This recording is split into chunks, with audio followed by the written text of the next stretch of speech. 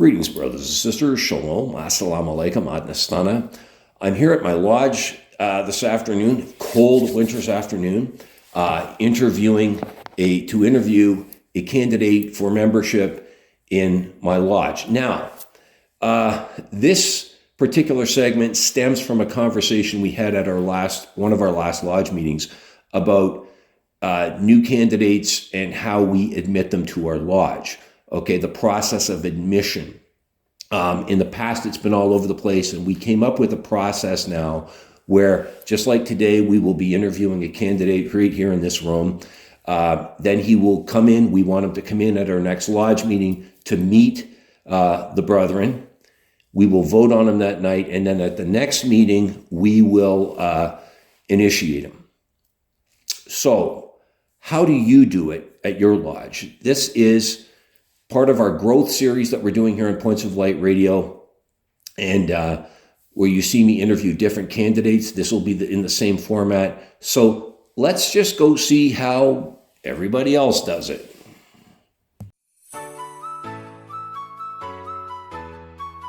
Ladies and gentlemen, seekers of light and secret knowledge wherever you may be, you are listening to Points of Light Radio, the podcast dedicated to taking you past the apron and behind the closed doors of lodges everywhere. And here is your host, Stan Miller. Who better to get us started on this segment than my brother Owen Snowden? You hear that? He is the Worshipful Master of Johnston Heroes 264 Orange Lodge in Hebburn, United Kingdom. Let's see how he feels. Where was that music coming from? So for candidates and stuff, recently we have actually an application for someone to join our lodge recently. I won't say their name just in case they don't wish to be known. But on top of that, basically it's just a join and ask.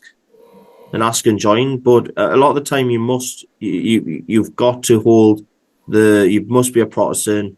There is a criteria, and if they meet that criteria, they've moved on to the next stage, which will be the interview, and then hopefully then become a candidate to join that whichever lodge they wish to pick. Next, we're going to fellowship with David Cousteau. Now, he recently joined the Morgan County Moose Lodge number 1857 and the Pikes Peak Moose Legion number 156 in Colorado. Let's see what's involved in joining that. Okay. Now, what was the process, by the way, of joining? What exactly was involved in joining? Basically filling out an application, and then that application goes in front of I knew the past president of the Moose Lodge there at Morgan County Moose Lodge. And anyway, so he was my sponsor, and I'd met with him there at the lodge. And anyway, my application went before the board, and they accepted me, and they let me know. And I've been going to the events, and then just this past month, I was able to, in January, I was able to join the Moose Legion. Now, what were the qualifications for membership? For the Moose Lodge? Yes. So, basically that, you had a sponsor, you're an upstanding person. There wasn't any type of religious affiliation or anything like that involved, Next, my friend Sigurd Eagleson is going to talk about the process for joining Templar Ridder Orden in Iceland. Yeah. Now, what is the process to joining Templar Ridder Orden? Interview or? There are a few ways. For me, I spoke to a member who initiated the process. But if you don't know a member, you can go online. Most lodges have either a website or a Facebook page or both. After that, you get a meeting with a master, a deputy master, and a chaplain in my case. and that is both they are gathering information and also giving information. They let you know what is expected of you as a member.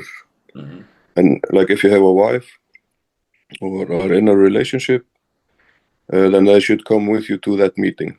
So they are also, they want them to know what is to be expected, because family is very important for us. It's like we have like a hierarchy. It's family, work, lodge. And so family always comes first. So if you have a wife or a partner, they want them to participate in the initial meeting. And it's going to take you away from your family a little bit. They want to make sure your family's they're okay with it. Board for that. Yeah. Yeah. And after that meeting, there is some waiting time where they like overview, and then you are in the next meeting. They give the information about you. What is your name, what's your occupation, what you do, and who are your recommenders. And then the lodge vote on if they want this man to become a member of the lodge. And then after that, if they all agree, then you get initiated in the next possible meeting. Let's take a brief pause here. I just got back from interviewing that candidate. Okay, and he was interviewing for 2 different organizations that I belong to. This is how it went.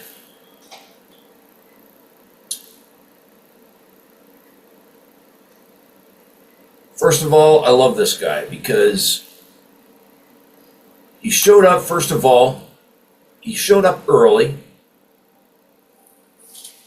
He showed up in a suit. Okay? You can see it here. Here's a picture of us. I wasn't in a suit. Okay, I got to admit. Think of me any way you want. But he showed up early, and he showed up in a suit. He interviewed well, but he also asked questions. I like that. He asked questions. Right? I saw maturity and I saw a desire to be there. Now, here's the thing. Now, hey, I've been stood up for these candidate interviews before, and I don't like that. But this guy, like I said, I love the guy. He showed up early. It shows that he really wants to be there. It really does. All right? Wouldn't you agree with me? Okay? So some food for thought here is something we have to think about, right? Going forward. Next, we're going to have a word with Paul Martin Harper. You may recall him from a previous segment of Points of Light Radio, and he's here to talk about the process of joining the Royal Antediluvian Order of Buffaloes. He is the city secretary of the James Mercury RAOB Lodge, their grand treasurer, and a Knight Order of Merit in Cyprus. Exactly. Now, what is the process, if you don't mind me, of, like, I know how I went through this with James Mercury Lodge, but what is the process of joining James Mercury Lodge for, shall we say, someone in Cyprus? How would they do that? You know what? Meet someone, talk to someone. We're quite, we're very active. We're all over the place. We all wear our James Mercury kit most of the day because we're quite proud of it anyway. Come and talk to us. We'll get a Form 14. We'll fill that in, which is basically a details. You have a brief interview with one of the brothers. And when I say interview, it's just a chit chat. You're just having a chat with someone. It'll go back to the lodge, and 9 times out of 10, it's approved, and you get inducted, initiated into the order. And as you know, the initiations is nothing. There's nothing scary about it. Well, yeah.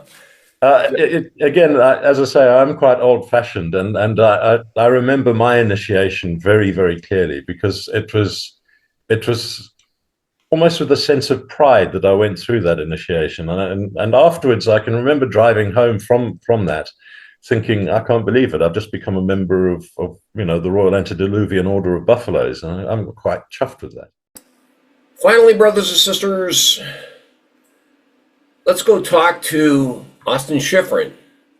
He's a member of the Tall Cedars of Lebanon, Forest number 60 in Pittsburgh, Pennsylvania. Now, what is the process, shall we say, for membership in the Cedars? What's like you say, do you have to be recommended by a brother? Do they want you to come around one of their meetings a little bit to meet you, talk to you a little bit, whatever? So it's a body that you can petition to join. It's not one of the more challenging, say invitational bodies or something of that nature. But I think, there's a certain amount there's probably a little bit of variation from one forest. We call these separate meeting bodies instead of lodges, right? It's a forest. There might be a little bit of difference from one forest to another in terms of their expectations or requirements for getting to know a fellow better. I know in Pittsburgh Forest, because it's a body that's drawing from already existing members. We have a lot of friends and acquaintances in common. So it's much more likely when somebody gets proposed to our forest that a handful of fellows in that group are already going to know the person being proposed. So there is less of a concern about being judicious in that scrutinizing or filtering process, because there's often already a familiarity with that incoming You've been vetted already. So how do you feel, brothers and sisters? You've saw 5 different members from 5 different fraternal bodies. They have graced us today. How do you feel? Well, let's break this down. First of all, Brother Snowden from the Loyal Orange Lodge in the United Kingdom, he says that one must approach the organization. They must be Protestant, of course. Then there's an interview, and then they will be initiated at a later date. I can tell you right now that varies from jurisdiction to jurisdiction. Some lodges do like you to come around. I do know that when I applied to the Loyal Orange Lodge in Hamilton, Ontario, okay, of course, you have to be Protestant. I was not interviewed. Some organizations like to either interview you in the lodge or in your home. I was, believe it or not, interviewed in a Tim Hortons because the Loyal Orange Lodge in Hamilton, Ontario didn't and still doesn't have its own building anymore. I have seen, since then, I have seen candidates apply online, be interviewed in the lodge room and on lodge day, and literally be initiated that very day. So that does vary from jurisdiction to jurisdiction. Mr. Cousteau says that the Loyal Order of Moose, to join the Loyal Order of Moose, one must apply. There's an interview. Your application is reviewed by the sounds of things with the board, and then you have your initiation ceremony or induction ceremony. It did sound as well that they, in the Moose, at least where he is, also like to see you at some of their events prior to your admission. Sigurd Eagleson of Temple Ritter Orden in Iceland says this is an interesting one. His lodge has a layered vetting process that involves meeting both you and your family. I think that is an excellent idea. I honestly do. Okay? I think that, you do have your application, and yes, you are interviewed, but they also want to interview your family. They also, by the sounds of things, want you to come out for at least one lodge night, get to know people. But interviewing your wife and family, yeah, I think that's a great idea, because this will take you away from your family a little bit, right? They want to know that your family's on board with this. Fraternalism, like many things, if you're not careful, it can divide families. Brother Harper says that to join the RAOB in Cyprus, you are required to fill in an application. There is a brief interview, and then an induction ceremony. Okay? Every jurisdiction does things differently. I do think that the RAOB are doing something right over there with their induction process, because I'll tell you right now, they're growing by leaps and bounds. Mr. Schifrin, now he is in the Tall Cedars of Lebanon. He says the process of joining the Tall Cedars varies from force to force, but he says for the most part, the Cedars being an appendant body of Freemasonry, the vetting process is different. I mean, his force in Pittsburgh, like he said, most of the members of the Tall Cedars, his Tall Cedars force, would have been familiar with anyone who wants to join from that area, and that's understandable. I do know, for instance, when I joined the Royal Black Preceptory, it wasn't even in the same city as my Orange Lodge, but because of the fact that I was a Purple Arch Orangeman, right? I mean, vetting me, because we're all they knew most of the members from my lodge in Hamilton, Ontario. They knew it wasn't that hard to vet me. So yeah, appendant bodies, and that's why I loved bringing that clip in there, because appendant bodies are a little different when it comes to joining them. Now, you've seen 5 different members of various different fraternal bodies, one of them, of course, being an appendant body. If you look at it, they do things differently, but they appear to carry one message. You need to show interest, but we want to protect our organization as well. We need to, now, in the case of, like I said, the Tall Cedars, that vetting process is going to look different, okay? But yes, any of these organizations that you're joining right from the street, right? You need to, a person needs to be vetted. And I do personally, and this is me, one of my pet peeves, I believe the vetting process for candidates, when coming in to our organization, not an appendant body, but moving in right off the street, the vetting process, the interview, all that whole process needs to be done at a decent speed, but not too speedily.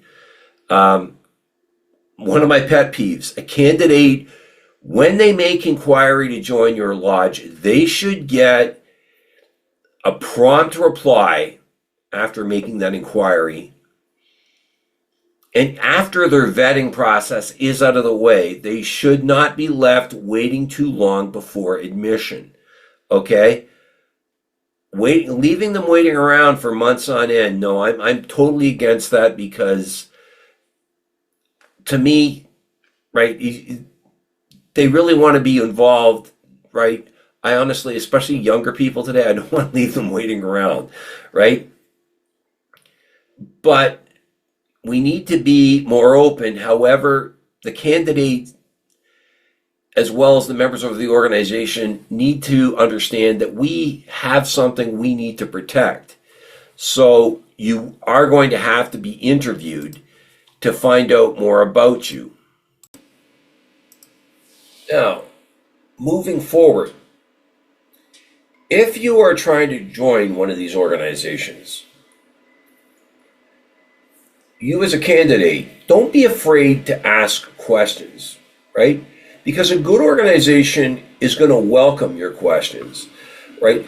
I recall joining an organization back in Hamilton, Ontario. In fact, the guys who interviewed me came to my house to interview me. I do not recall them ever saying to me, "Do you have any questions for us?" Right? And if you're conducting an interview, here's the thing: by all means, let the candidate ask questions, because they're probably going to have them. And like I keep saying, say, "Do you have any questions for me?" This gentleman I interviewed today was a blank canvas when it came to fraternalism. He had never been involved at any level in fraternalism, right? I don't even think he'd been in the Boy Scouts. I mean, when it comes to things like that. So that is a big one. They're going to have questions and should have questions. Don't be afraid to let them ask. You've heard me say this before. These fraternal bodies we belong to are a wonderful thing. We really are. We are offering that potential candidate or the candidate something beautiful. We need to protect them, but we also need to build them up. And I'll close with that. I hope you've enjoyed this. I absolutely love bringing these types of podcasts to you. I really do. But before I go, I want to remind you that this podcast is available on both YouTube and Spreaker. Please share, like, and subscribe when viewing Points of Light Radio on YouTube. I also welcome your comments and input. You can see the link to my PayPal account in the details section of this podcast. Okay, you can go there, hit on that, make a voluntary donation to the podcast, and we will move that to move Points of Light. We use that to move Points of Light forward. You can see the link to my Facebook page, which is at facebook.com/Points of Light Radio. My Twitter handle, or is that an X handle nowadays, is at PO Light Radio. I now have a Bluesky account, and my Bluesky handle is at polightradio.bsky.social. You can see the link to my Spotify channel, as well as my Points of Light Radio store. Brothers and sisters, this has been an absolute pleasure bringing you this segment. And until we meet again, just step into the light.